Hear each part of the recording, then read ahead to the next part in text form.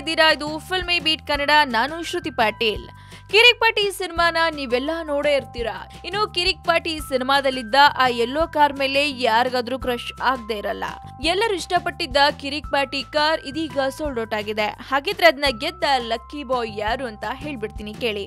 ರಕ್ಷಿತ್ ಶೆಟ್ಟಿ ಮತ್ತು ರಶ್ಮಿಕಾ ಮಂದಣ್ಣ ಅಭಿನಯದ ಕಿರಿಕ್ ಪಾರ್ಟಿ ಚಿತ್ರ ಸ್ಯಾಂಡಲ್ವುಡ್ ನಲ್ಲಿ 150 ದಿನಗಳನ್ನ ಭರ್ಜರಿ ಪ್ರದರ್ಶನ ಕಂಡಿದ್ದು, ಚಿತ್ರತಂಡ ಸಕ್ಸಸ್ ಪಾರ್ಟಿಯನ್ನ ಅದ್ದೂರಿಯಾಗಿ ಆಚರಿಸಿದೆ.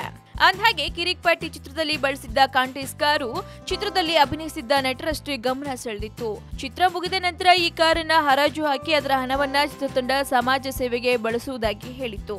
ಅದರಂತೆ ಈಗ ಕಾರು ಮಾರಾಟವಾಗಿದ್ದು, ಕಾರಿನ ಹಣವನ್ನ ಚಿತ್ರತಂಡ ಹೇಳಿದಂತೆ ಸಮಾಜ ಸೇವೆಗೆ ಬಳಸಿದೆ.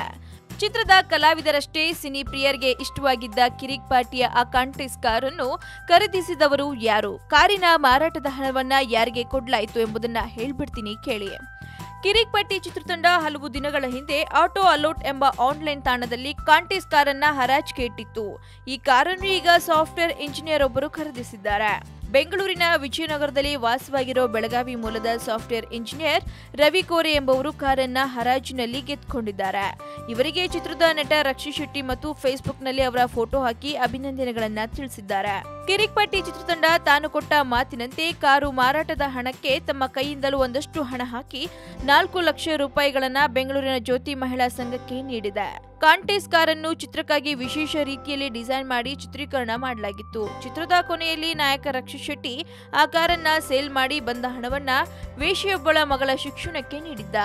ಅಂತೆಯೇ ಈಗ ನಿಜವಾಗಿಯೂ ಚಿತ್ರದ ಮಾದರಿಯಲ್ಲಿ ಚಿತ್ರತಂಡ ಕಾರಿನ ಹಣವನ್ನ ವೇಶ್ಯೆಯರ ಮಕ್ಕಳ ಶಿಕ್ಷಣಕ್ಕೆ ನೆರವಾಗುತ್ತಿರುವ ಜ್ಯೋತಿ ಮಹಿಳಾ ಸಂಘಕ್ಕೆ ನೀಡಿದೆ. ಒಟ್ಟಾರೆ ಕಿರಿಕ್ ಸಿನಿಮಾದ ಮೂಲಕ ಸಕ್ಸಸ್ ಕಂಡಿದ್ದ ಕಿರಿಕ್ ಪಾರ್ಟಿ ತಂಡ ಇದೀಗ ಒಳ್ಳೆ ಸಾಮಾಜಿಕ ಕೆಲಸವನ್ನ ಮಾಡಿ ಮತ್ತಷ್ಟು ಪ್ರಶಂಸೆಯನ್ನ ಗಿಟ್ಟಿಸಿಕೊಂಡಿದೆ. ಇದರ ಬಗ್ಗೆ ನಿಮ್ಮ ಅನಿಸಿಕೆಯನ್ನು ನಮ್ಮ ಕಮೆಂಟ್ ಬಾಕ್ಸ್ ನಲ್ಲಿ ಕಮೆಂಟ್ ಮಾಡಿ. ಹಾಗೆ ವಿಡಿಯೋನ ಲೈಕ್ ಮಾಡಿ, ಶೇರ್ ಮಾಡಿ, ಮಿಸ್ ಮಾಡದೆ ಫಿಲ್ಮಿ ಬೀಟ್ಗೆ ಸಬ್ಸ್ಕ್ರೈಬ್ ಮಾಡಿ.